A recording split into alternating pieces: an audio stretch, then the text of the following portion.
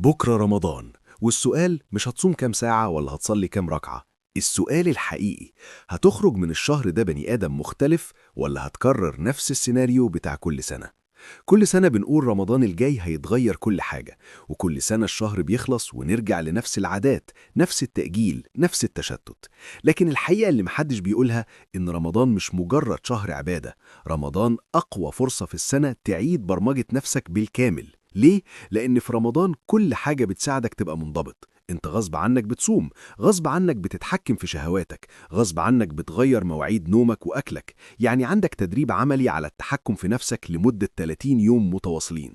طب تخيل لو استغليت القوة دي صح. تخيل لو بدل ما يكون أقصى طموحك تختم القرآن وبس، يكون هدفك تبني نسخة جديدة منك، نسخة بتقوم الفجر بسهولة، نسخة بتتحكم في وقتها، نسخة بطلت عادة سيئة كانت معذباها بقالها سنين. رمضان مش وقت مثالية، رمضان وقت هوية جديدة. الهوية مش بتتغير بقرار، الهوية بتتغير بتكرار. لما تصلي كل يوم انت مش بس بتصلي، انت بتبني هوية شخص ملتزم.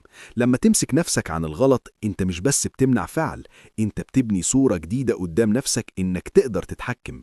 الفرق بين شخص خرج من رمضان متغير وشخص خرج زي ما هو، ان الاول كان فاهم ان الشهر ده معسكر تدريب، مش موسم مؤقت. لو دخلت رمضان بعقلية هصبر 30 يوم وخلاص، اول ما العيد يجي كل حاجة هتقع.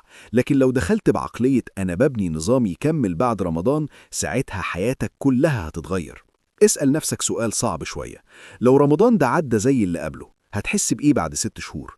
لما تلاقي نفسك لسه مكانك، يمكن نفس الذنب، نفس العادة، نفس الكسل، نفس الأحلام اللي بتأجلها كل سنة.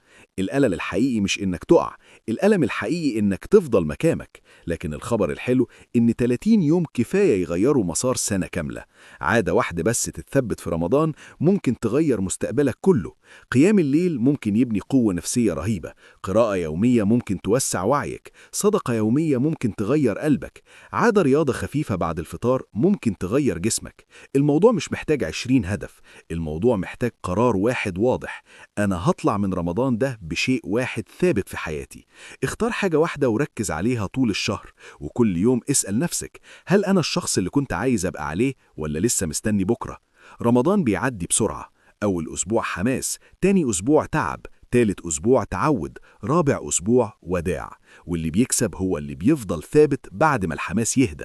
ما تخليش رمضان يبقى مجرد ذكريات، صور فوانيس ومسلسلات وموائد. خلي رمضان يبقى نقطة تحول حقيقية، لأن يمكن ده يكون رمضان اللي فعلا يغيرك، ويمكن يكون مجرد شهر تاني عدى. القرار في إيدك من دلوقتي: يا إما تدخل الشهر ده ناوي تبني نفسك بجد، يا إما تسيبه يعدي وتستنى السنة الجاية وانت عارف جواك إنك ضيعت فرصة كانت ممكن تغير حياتك كلها.